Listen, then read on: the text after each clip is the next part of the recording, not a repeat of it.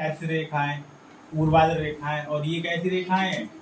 क्षैतिज रेखाएं। तो जैसे हमारे पास हम ये ऊर्ध्वाधर को भी पहचानना है और क्षैतिज को भी पहचानना है, यानी ये क्षैतिज रेखाएं, ये ऊर्ध्वाधर है।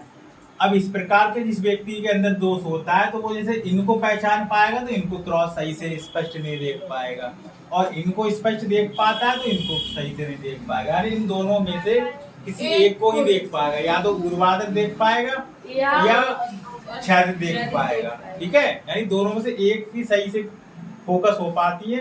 यानी वो रीजन क्या है, यानी ये जो है, ये रेखाएं जो हैं वो रेटिना पर एक साथ फोकस नहीं हो पाती, यानी रेटिना पर एक साथ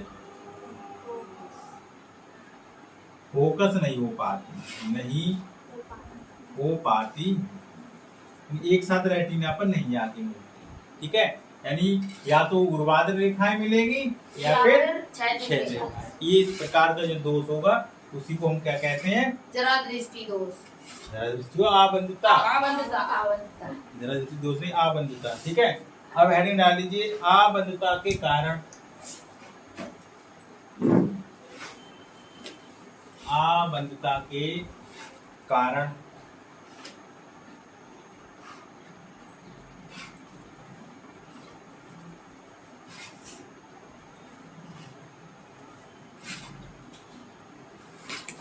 ये पहला नंबर कारण क्या है बेटा?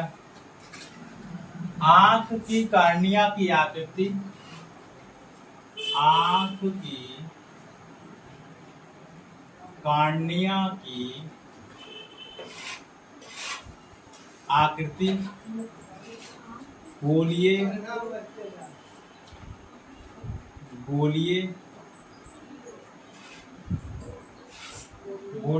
नहीं होती है, गोलीय नहीं होती है। क्षैतिज तथा ऊर्ध्वाधर, नंबर 2, क्षैतिज तथा ऊर्ध्वाधर तलों में, तलों में वक्रता त्रिज्याएं,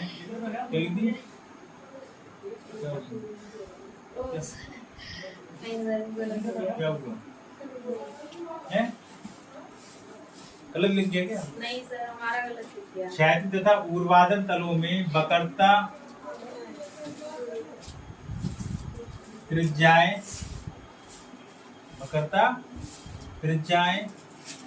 भिन्न भिन्न होती हैं, भिन्न होती हैं। ठीक है, आबंधता का निवारण, आबंधता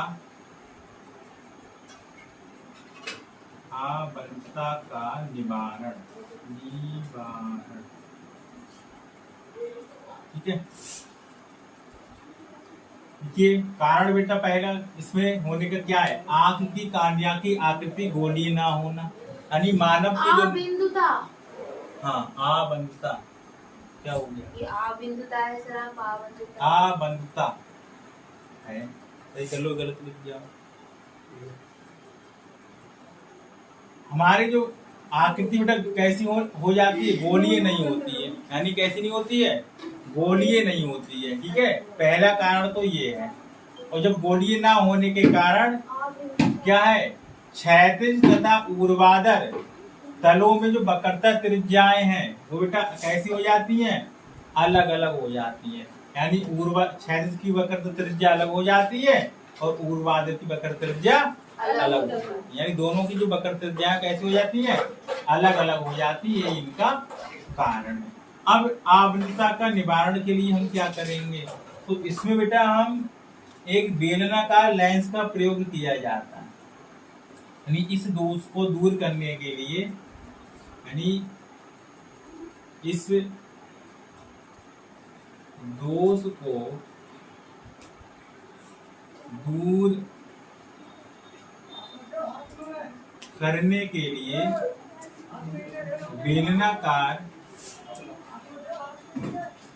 बेलनाकार लेंसों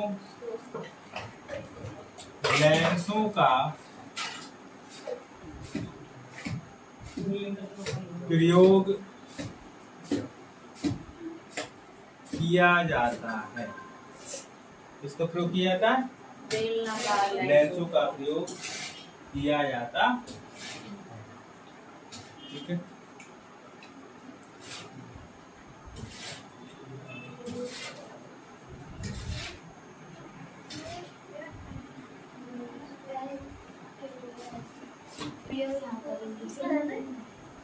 बेटा समझ में आ गया किसका प्रयोग करेंगे? बेलनाकार लेंस का। ठीक है, नोट कर लीजिए इतनी बात। तो देखो निकट दृष्टि दोष में ये इम्पोर्टेंट है, ये आता जरूर है इसमें, ये समझो पेपर में इस चैप्टर में से 100% आएगा, ये समझो। ठीक है, अभी कौन बता रहे हैं सर? कल आए यहाँ, कल जल्दी है यहाँ, कल मंडे में। अब देखिए इसमें हमने कहा इसके कुछ सवाल इसके हम देखेंगे, वो आपकी बुक से ही देखेंगे। इसमें तो हाई लेवल के सवाल है, वो विंटर की से पढ़ा देते हैं। उसमें जो चीजें इसमें बुक में अच्छी नहीं दे रहा।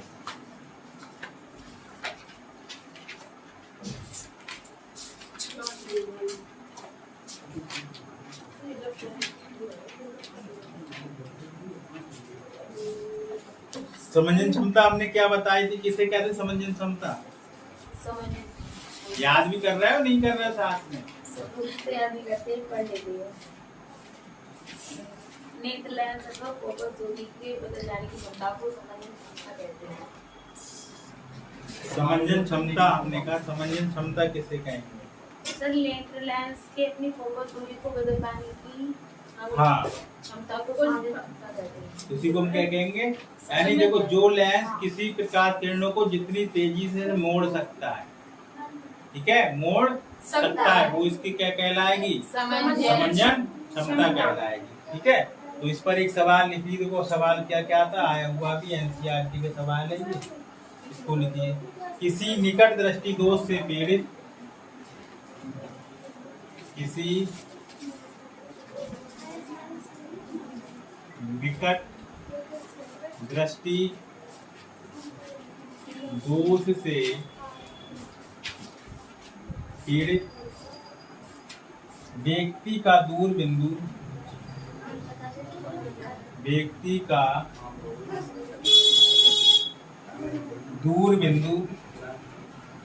नेत्र के सामने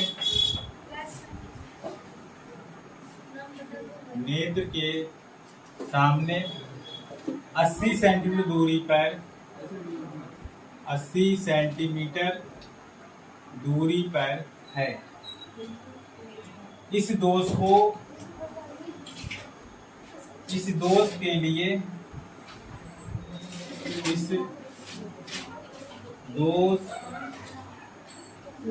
के लिए आवश्यक